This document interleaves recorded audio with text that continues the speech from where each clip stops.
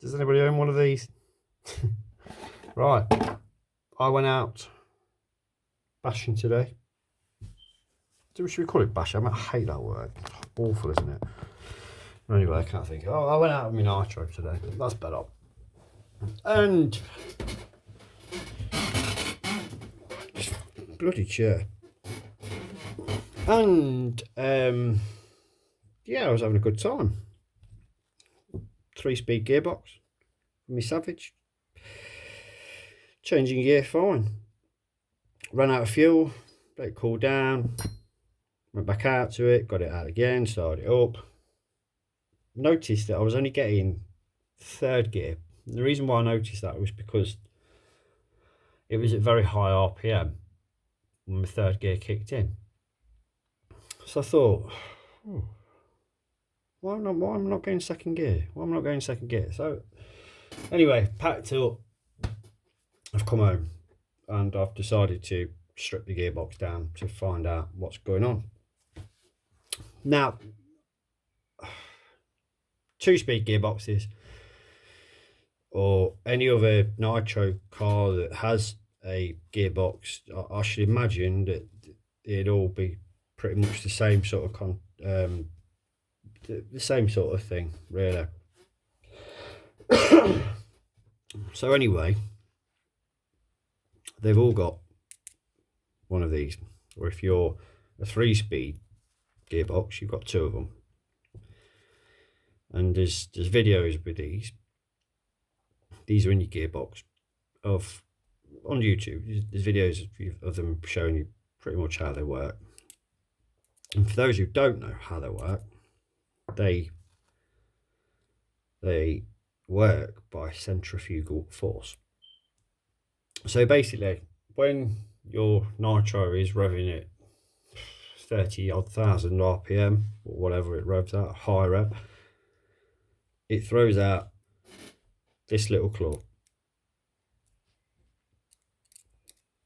and that then, see that then grabs. So that's 1 gear. I think this is 2nd gear. So when it's in there like that, your claw will pop out. You can just see that. It will turn and it will grab, and that will then make this gear work. Right, easy peasy. That's easy to understand, I think. 2nd gear wasn't working for me, so anyway, I stripped the gearbox down and thought I'll give it a good clean out and investigate it.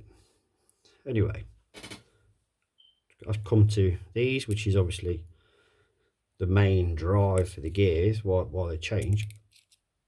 I noticed that on the claw that pops out, there was a little,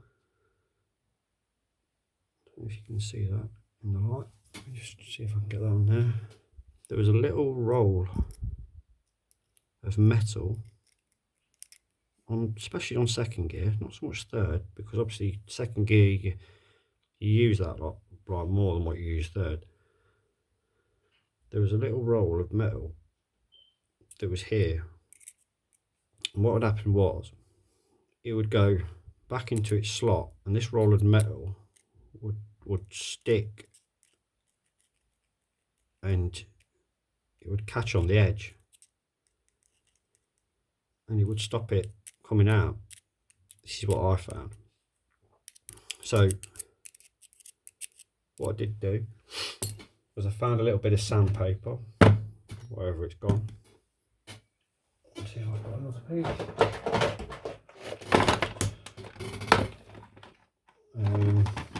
These are out of Dremel. You could use a Dremel actually. I wouldn't, because you don't want to be causing that much. So what I did was, well, you could use a nail file or an emery board or whatever. Got a bit of sandpaper. See if I can zoom that in a little bit better so you can see that. That's better. And then what I did was I just took down that roll. So just sort of, the best way I actually did was to use, open your claw up, put your screwdriver in that little bit of a claw, so it's like that, to stop it closing. I'm just trying to get this to, there we go. Use a bit of sandpaper and just rub down on the edge, because you'll notice, if you are having this problem, that it's about here and it closes up. Just zoom out again.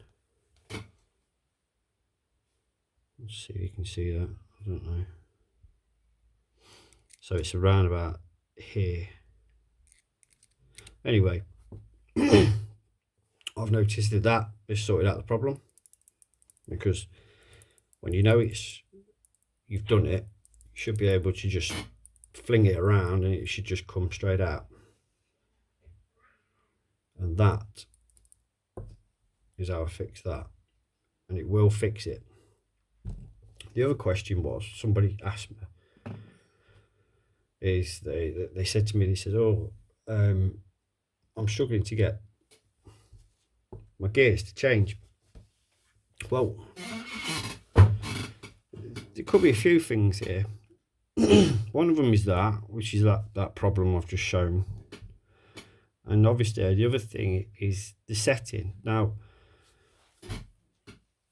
when these are put together, what should basically happen is, you've got a ball bearing, and it goes in the one where it sort of squares. It doesn't go in the top one, because that's your actual peg. That's one that holds it onto the shaft. So you want your ball bearing in first, then your spring, and then you're going to want your grub screw. But what I would recommend before you do this would be to clean it. Probably get a bit of D40, clean it up. But then once you've cleaned it with the D40, just get a bit of towel, kitchen towel, and just sort of wipe the threads, so the threads are not oily. Because obviously you want your Loctite to stick. And I'm going to show you a setting here to get your second gear. And it will get your second gear. So what are these? These are, I'm just using an Aramax Allen wrench here, and this is what you're going to do, because this is going to get you in the ballpark changing your gears. It works for me every time. So Loctite, you're going to need Loctite on these, because you don't want them backing out, because second gear is a bit of a pig. You have to go through third gear to get to second gear.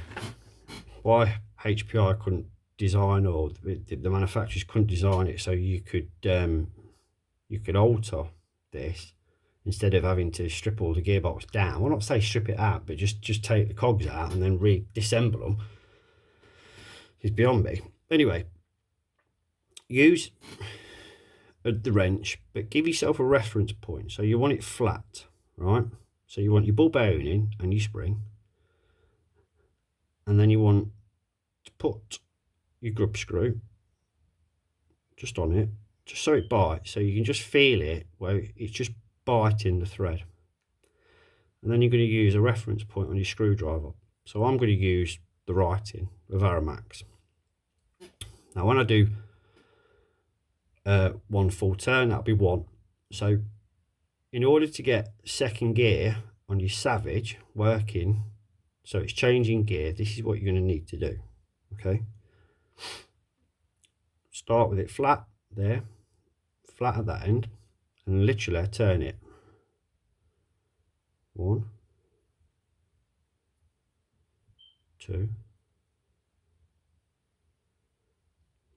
3, 4, 5. So I'm just 5, 6 and a half. So 6 and a half, or should we say between 6 and a quarter, 6 and a half. So you want to be somewhere here to get that second gear working. I'm going to put mine at 6 and a quarter. Okay. And then what you're going to do after that is you're just going to test your claw after that. So what you're going to do is you're just going to test to see if this flings out, which it does. Let's see if I can zoom in on that. So you just get like a little pick at the end, and you just press that in. The spring there. It's easy to do it. There's not a lot of tension in doing it, but that will give you second gear. Now your third gear is easier because you can do that on the truck. The little pegs inside, the little rubber in the side. I believe it's this one here. Yeah. So you take that off, and you'll look through, and you will see that. You will see exactly that. It'd be quite hard to get your head round to work out which one it is you need to turn. I'm not sure which way round it would be. Let me just have a look a second. Right, yes. This is third gear, so you'll see that. You'll see that like that. Okay. And the one that you want will be, so as you've got the truck facing like that,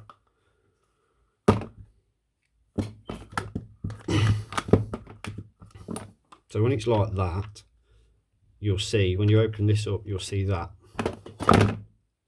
And you want the bottom one.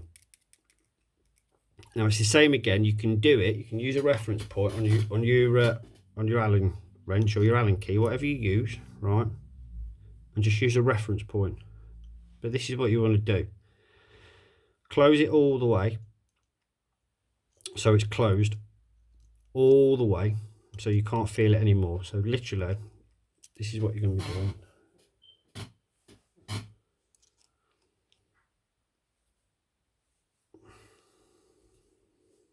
So that's closed all the way. Don't tighten these too tight, because obviously you don't want to put any major tension on the spring.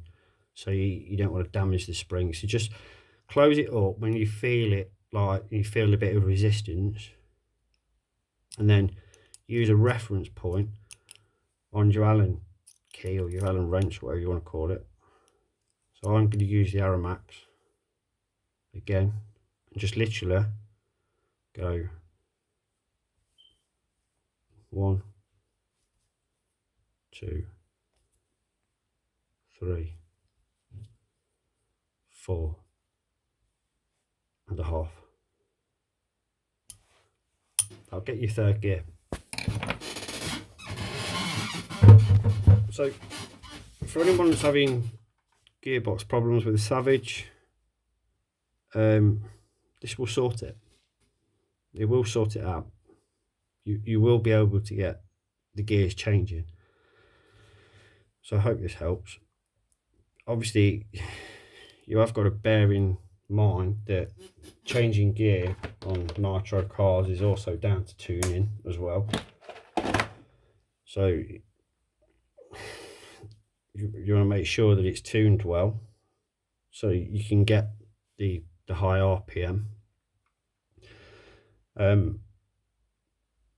Any questions, just drop them in the comment section, and I'll answer back as many as I can. But I'm going to be doing a few videos on these little troubleshoots with the Savage, so I'd be really grateful if you could probably subscribe to my channel, because I've got some good content coming up in how-tos with mainly Savages.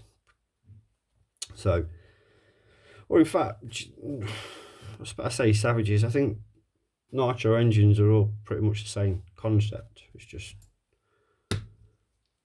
so there might be able to be something on here that would help out probably a Traxxas person or someone who runs a Red Cat or whatever. So anyway, thanks for watching, and yeah, subscribe. We'll go through it. We'll go through a load of stuff. Cheers.